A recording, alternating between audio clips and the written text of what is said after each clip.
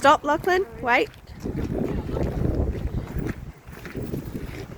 That yellow sign, stop there. Don't let any of the grown-ups pass you. Stop at the yellow sign, The darling. yellow sign, and don't let any of us pass. I'll you go go. with you.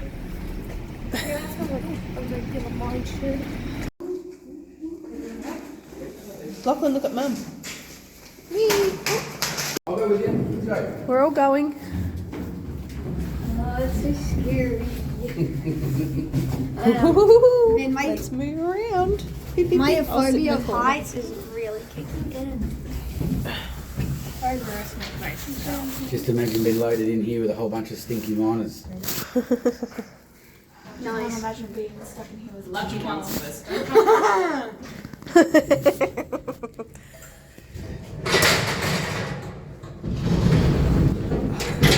Alright. Not good with things around my head. Ah! Now lift starts and stops with a little bit of a jump, makes a bit of noise. That's all normal, all part of the fun. If you're feeling a bit nervous, you might like to have a look out at that side with the ladder along it. You might see some wildlife over there. See some furry little friends over there. Right? Alright, ready? 3, 2, 1.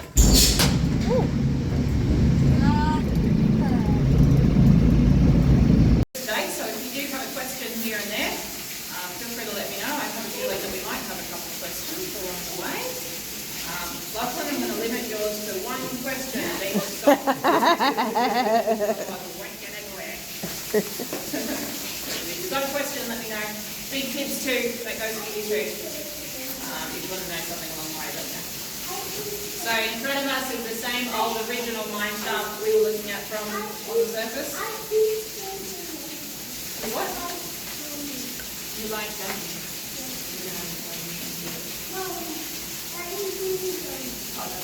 Stand over there. That's your one question. Please stop. Sorry. Use some water. That's fine. So in front of us is the same old original mine shaft we walked around to head down underground today. And during the years this mine operated from 1939 through to 1954, this was the only way to get down underground. Anything that went in or out of this mine went in those two middle cages with the gates on the front. So it was a very busy little system. And yes, imagine yourself in one of those cages with 3 other stinky miners, and it was not a very fun way to get to work, but you do certainly get used to it pretty quickly. This mine has 17 different levels in it. You're on level 2 today. We're going to stay nice and high up in the mine, nice and shallow on this tour at level 2, which is 61 metres underground. Huh. For a little bit of scale, that's about 20 stories. Wow. So when you go back to the big city, have a look at the Gold Coast and have a look at those big tall buildings along the beach. Have a look at 20 stories and you'll know how far you were underground today. But as I say, this mine has 17 different levels in it. The bottom working level of this mine was 411 metres underground. So a little further down than what we're seeing today. And this is actually a fairly short mine for Bendigo. This is a fairly shallow one. The average depth of one of those 5,500 different mines under Bendigo is double that, at 800 metres. That's the average. Yeah. And the deepest gold mine in the whole world was here in Bendigo at one point in the early 1900s. It was 1,406 Wow. meters deep. So quite a bit further underwater. Almost a whole kilometre under where ours finishes. That was the deepest one. In the middle here, you'll see a big red button. If you push that button, it will ring the bell up on the post here. And there's a bell like that on all the different levels of the mine that you go to, and up on the surface for the driver of these cages as well, called the winder driver. And they're driving a big steam engine up above ground. You might see it operating later on today actually. They're doing some maintenance today. And they're raising and lowering those cages in the mine shaft to where you want to go with them. You would tell them that Callum back. the rock here in Bendigo is super, super strong stuff. It's very, very hard. If you try to use a pickaxe or a shovel or something to dig through it, any kind of pickaxe, even the really good ones, won't do it. No, it's not going to get through it. It's way too strong to do it with a pickaxe. So the only way to break through the rock, make a tunnel, is drill holes into the rock first, like you see behind me here, fill the holes up with explosives and blow it up into smaller pieces, right? Which is a way more fun way to do it anyway, isn't it? So that's the way we're going to teach you today. Now the first way that you would use to drill the holes, really early old-fashioned method, was a pretty simple sort of process, what we call hammer and tap. Hammer and the chisel, and a couple of guys working together as a team. You'd have one man holding onto the chisel. He twists that around every time it's hit, every couple of seconds. He twists it around like a motorbike. Right? The other couple of guys are what we call strikers. They're on the hammers. Every couple of seconds, they're going to whack the chisel, twist it around, keep on going. For 20 or 30 minutes at a time. Put your hat on.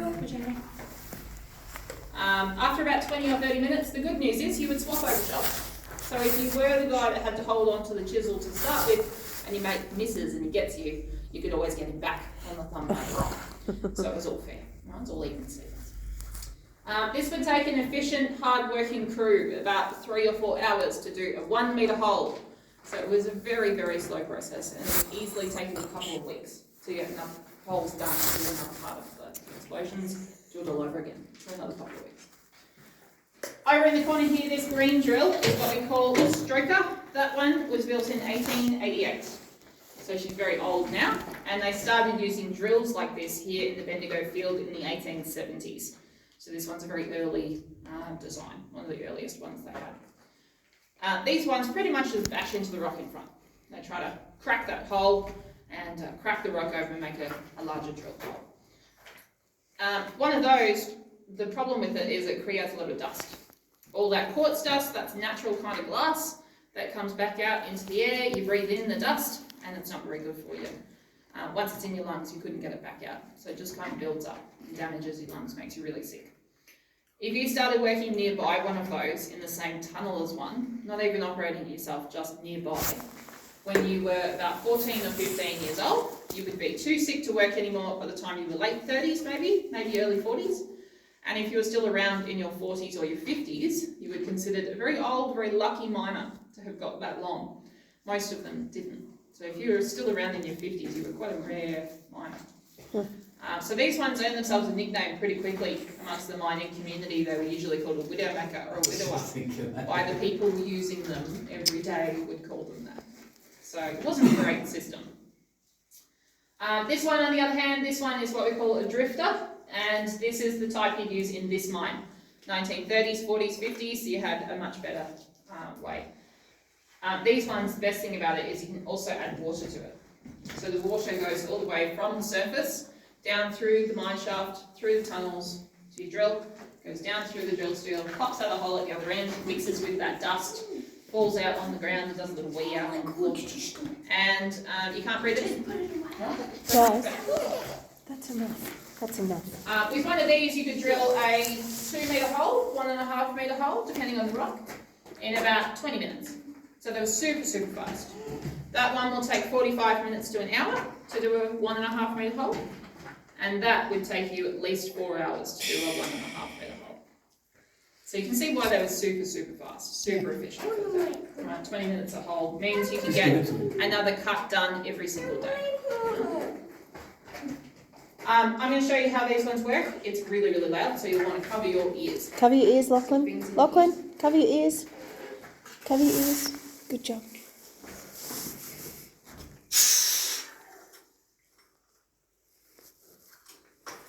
All right, ready?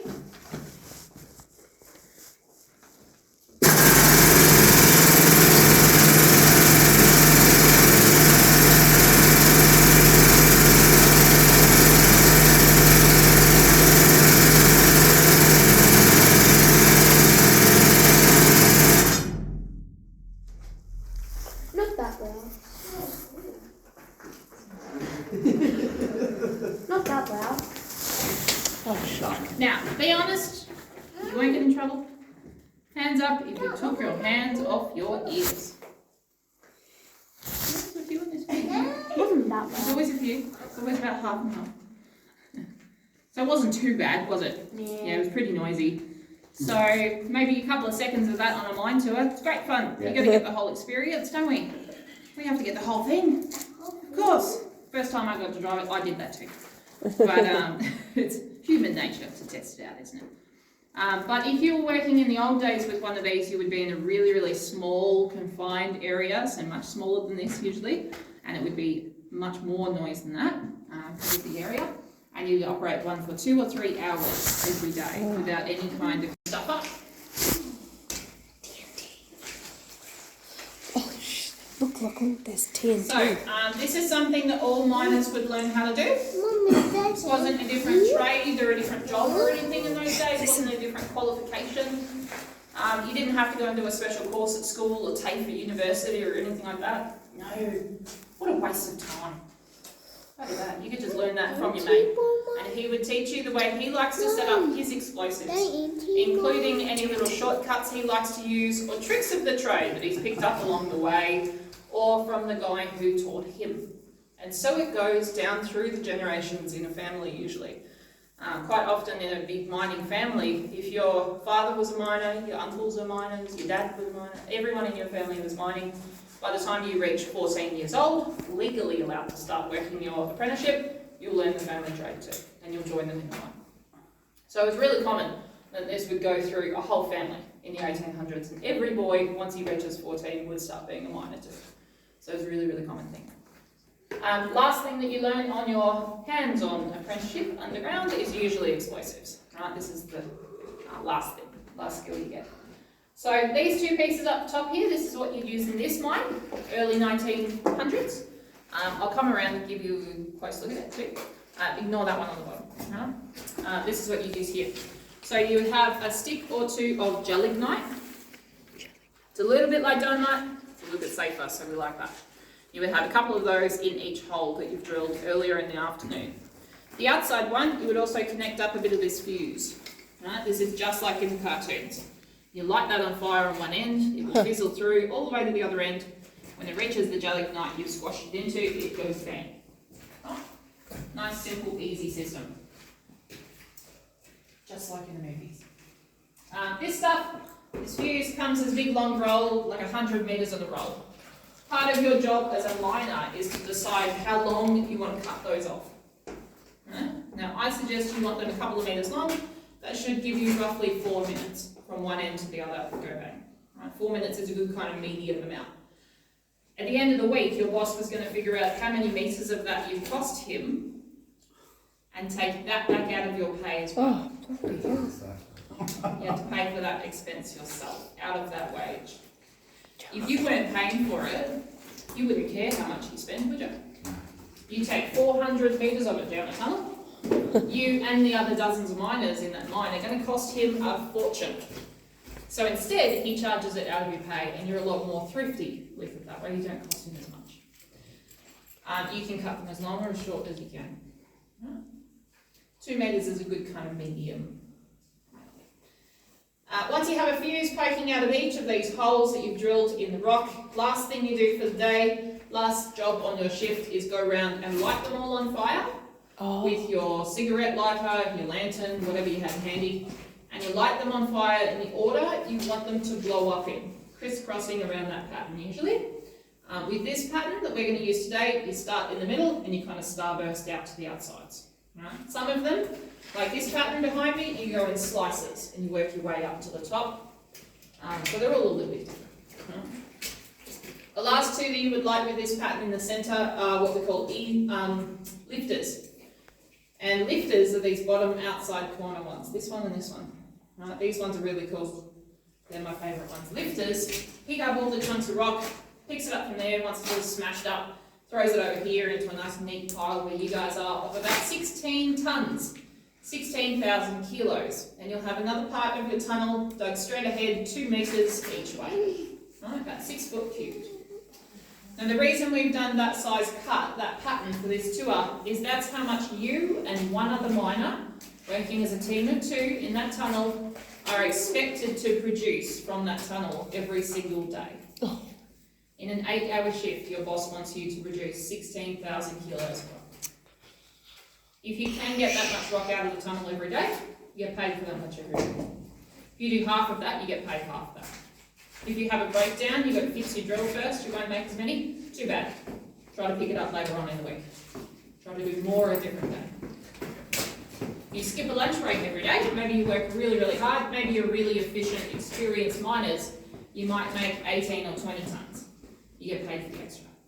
Good deal, isn't it? 16,000 kilos? Yeah. If you don't know how heavy that is, I reckon that sounds pretty easy. That's about as heavy as a bus. After you've drilled all day too. After you've drilled, after you've got rid of the rock that you blew up the day before, you set up your drills, you drilled a lot of holes, then you set up your explosives, blow up your 16 tons, ready for the morning the next day. You still got to get it in the carts and get it up the mine though too. When these were going off, you wouldn't be right here, you'd be a little further away, obviously. But you would still be underground on that level usually, and you might be maybe 100 metres down the track somewhere. You might be around the corner, maybe back where the drills were from here, so still pretty close. And you would listen to these as they're all going bang, bang, bang, bang, bang. You would count how many times you hear it blow up. And that would be the only way that you would know the chances that they have all worked properly. Or the chances that there was still some explosives in that pile of rock you're going to move the next day. Oh shit. It was never a guarantee either way. We would tell you the odds that that's the case. It's good to have a heads up about that, isn't it? Give me all your lollies, please. When they're going off, they would sound like this. Listen, listen, listen.